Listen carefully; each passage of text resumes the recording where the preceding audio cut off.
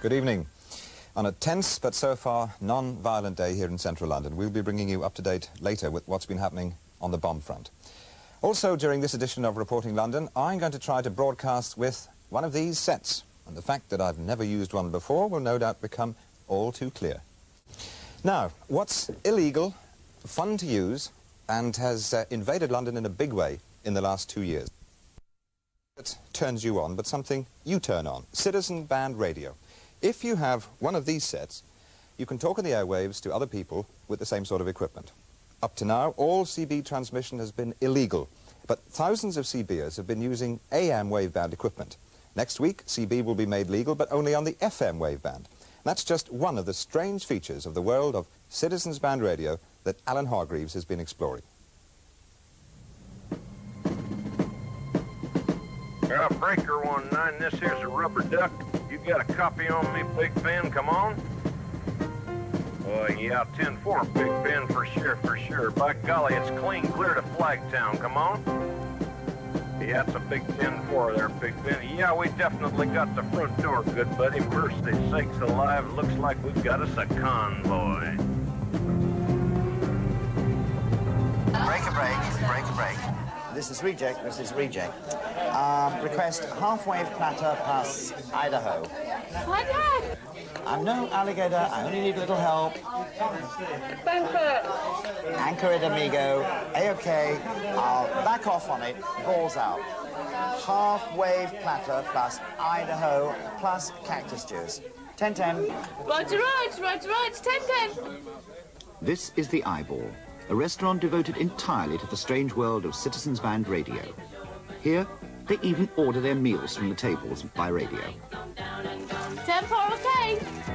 If you want prawn salad with onion rings, you order a Home Office special with big earrings. And the CBers, or breakers as they call themselves, have weird call signs of their own.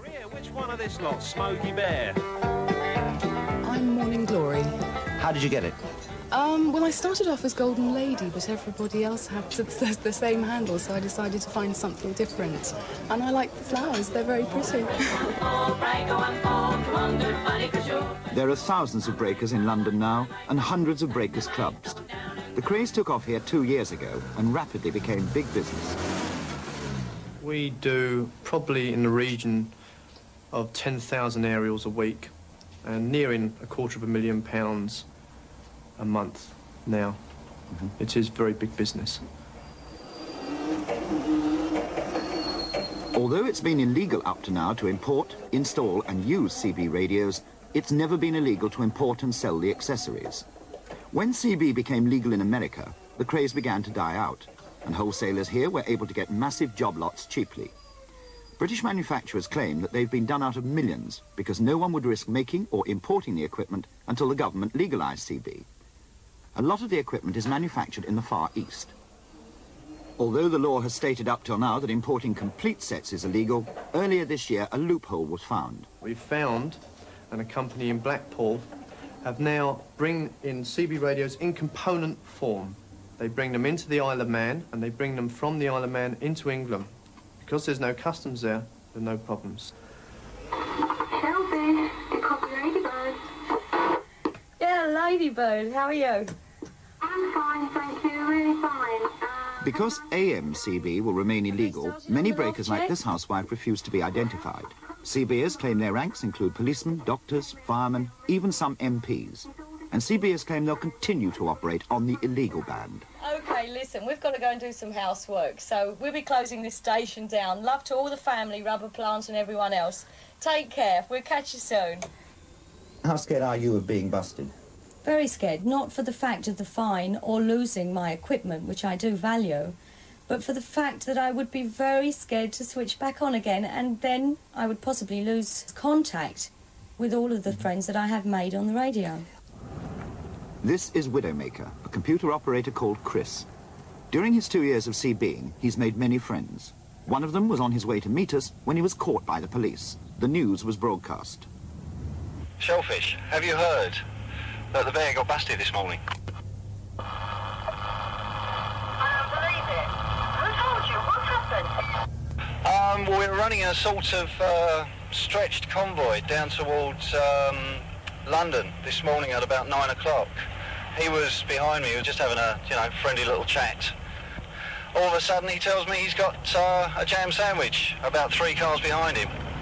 And the guy put the light on and pulled him over, and that was it. It was the end of the transmission. I mean, it's going to be a little bit nasty. The last time I got done, I was in the cells for 4.5 hours. How many arrests do the police make every year? I think they got 467 convictions out of all. I mean, they are convictions, people they actually took to court. They're not the people that they tracked down. Which, when you consider that there's got to be upwards of 1.5 to 2 million users in London alone, that's not a great percentage. In fact, no one knows how many CBers there are.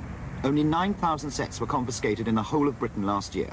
Since all the sets in use are illegal and not licensed, not even the Home Office, the police or the customs can put a figure to them. Fozzie Bear was released after a few hours and the customs confiscated his set. We arranged to meet. Where? Outside a London CB shop. You're Fozzie Bear and you just got busted. What are you going to do now? I'm just about to cross over the road and buy a CB, another one. Another CB? Yeah. Although you've just been busted? Yeah. Well, I think I'll come in with you, but while you buy it. Okay. Fozzie Bear, my man, how are you? Good to see you, yeah. Alan Hargreaves from Thames. How do you do? You heard the bad news? Yeah, man, Kentish Town. Yeah, right. Well, I think I got what you need here, man. Oh, boy. Okay. Let's see this, baby. TriStar. Yeah. Nice. Not the multi-mode, but 160 without VAT, okay? Or 190 with VAT. And the 190 is the legal one? Yeah. I think the 160 is the one I want. Scenes like this take place daily. CBers who can now buy legal sets are addicted to the craze. Right. They say they'll continue to trade in and send on illegal sets.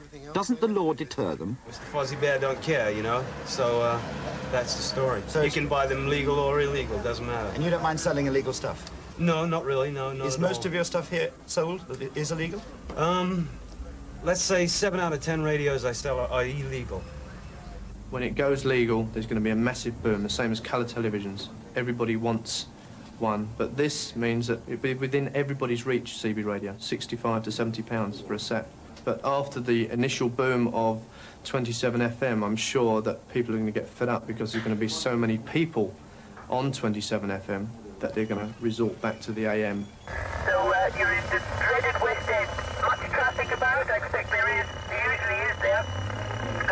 Been driving about the city all day, Roger. Yeah, we got a great big convoy. Ain't she a beautiful sight? Come on and join our convoy. Ain't nothing but a getting our way. We gonna grow this trucking convoy across the USA. Convoy. You want to give me a 10-9 on that Big Ben? Negatory, Big Ben. You're still too close. Yeah, them hawks is starting to close up my sinuses. Mercy's sakes, you better back off another 10. So from next Monday, breakers will be allowed to transmit on the FM waveband, although up to now practically all of them have used AM.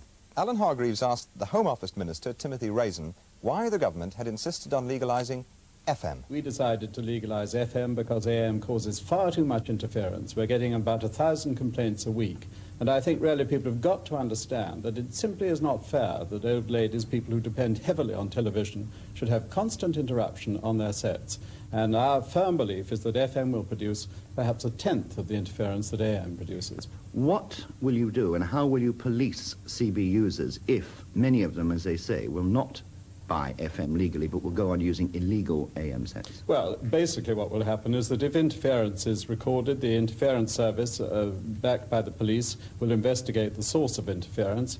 And, of course, if it is found to be AM, if it's found to be illegal interference, then prosecution. Well, in advance of next Monday, we got a temporary licence, or in CB language, a glory card, to transmit on the FM waveband, of course. Alan Hargreaves is with our outside broadcast unit at the Big E Breakers Club in Tottenham in North London. And let's see if we can get hold of him now, using the call sign, incidentally, that he himself has chosen. Thames Reject, this is Reporting London. Do you read me?